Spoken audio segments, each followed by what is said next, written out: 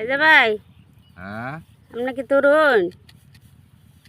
জ্বালা ভাঙতাছি। আপনার না ডাহা তাকতাই না হতে জ্বালা ভাঙতাছুন। ডাহা থাকতাম তাই শুন রে ডাহা তো 21 বছর ডাহা শহরে আমি রইছি। 2001 আমি ঢাকা গেছি।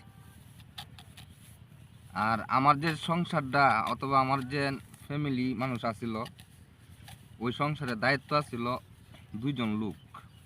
এক আছিল আমার বড় ভাই, আর এক আছিল আমার মা।